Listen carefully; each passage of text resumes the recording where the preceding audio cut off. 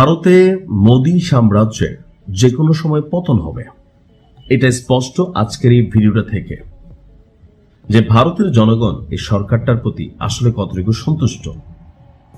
আজকে ইরান এক ছবি প্রকাশ করেছে, এই ছবি নিয়ে তোলপাড় সরকার বনাম জনগণ, অর্থাৎ ভারতের সরকার, নরেন্দ্র মোদীর সরকার, তারা সাপোর্ট করছে ইসরায়েলকে, এমনকি রাষ্ট্রীয়ভাবে অনেক ধরনের সহযোগিতা, এমনকি তাদের সেনাবাহিনীতে নিজস্ব লোক পাঠানো, অনেক দিকে ইসরায়েলে ভারতের শক্ত একটা অবস্থান রয়েছে। এমনকি এই যুদ্ধেও ভারত একটা সরকারিভাবে একটা অবস্থান প্রকাশ করে ফেলেছে।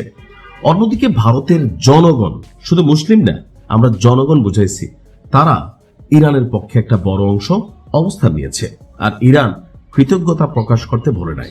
তবে এই ছবি আসলে ভারত এবং ইসরায়েলের মধ্যে সম্পর্কে কি প্রভাব ফেলতে পারে, যে ভারতের জনগণ ইসরায়েলকে পছন্দ করে না। বিষয়টা হচ্ছে কি, যে ইসরায়েলে ধন্যবাদ ভারতের জনগণ, thank you people of India, এরকম লেখা একটা ক্ষেপণাস্ত্র মারছে ইরান। এটা লেখা এই ক্ষেপণাস্ত্রটা পাঠিয়ে দিছে আপনার ইসরায়েলে।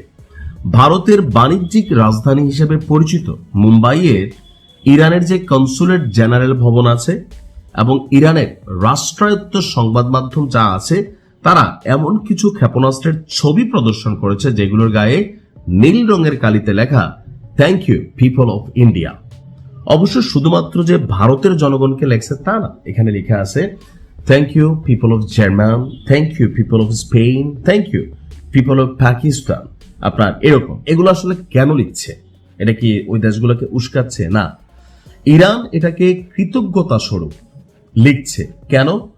এসব দেশের জনগণ যারা আছে, জনগণ, সরকার না, সরকারগুলো অনেকগুলাই তলে তলে ইসরায়েলের সাথে আতাত হয়ে আছে, আমেরিকার ভয়ে অনেক সিদ্ধান্ত নিতে পারতেছে না। তো জনগণ যারা আছে তারা ইরানের সাধারণ জনতার প্রতি সহানুভূতিশীল।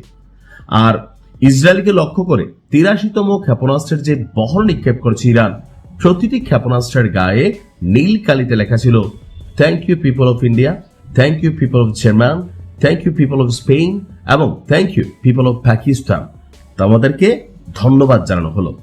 এছাড়া এক বিবৃতিতে ইরানের যে সামরিক বাহিনী, তারা বলছে যে আপনার ইসরায়েলের আশদুদ শহরের জ্বালানি তেলের ডিপো, মদিন শহরের সামরিক স্থাপনা এবং ইসরায়েল যুক্তরাষ্ট্রের যে মিলিটারি ইনফরমেশন এক্সচেঞ্জ সেন্টার আছে, সেখানেও এই থ্যাংক ইউ লেখা ক্ষেপণাস্ত্রগুলোকে পাঠানো হয়েছে এবং এগুলো সঠিকভাবে সহযোগিতা করেছে বা জায়গা মতো পৌঁছাইছে। এখন কেন থ্যাংক ইউ দিচ্ছে? আসুন, চলমান এই যুদ্ধে ইরানকে খাবার, ঔষধ, অনেক কিছু দিয়ে সহায়তা করছে ভারত। এছাড়া দেশটির জম্মু কাশ্মীর রাজ্যের বাসিন্দারা, কাশ্মীরের যে জনগণ আছে, তারা চাঁদা তুলে, গণচাঁদা তুলে ইরানের দূতাবাসে জমা দিয়েছে। অন্যান্য জায়গা থেকে আমার কাছে তেমন তথ্য নাই, তবে এখানে অনেক নারীরা তাদের স্বর্ণালঙ্কারও ইরানের জনগণের জন্য উৎসর্গ করেছেন।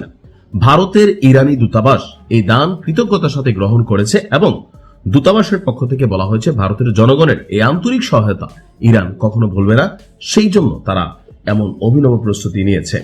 এখন সরকারের অবস্থান কোথায়? মোদী সরকারের টোটাল ইসরায়েলের পক্ষে, জনগণ ইরানের পক্ষে, ধর্মভিত্তিক না। অন্যায় জুলুমের বিপরীতে যারা বিচক্ষণ মানুষ আছে, তারা সবাই বোঝে এই যুদ্ধটা আমেরিকার উচিত হয় নাই।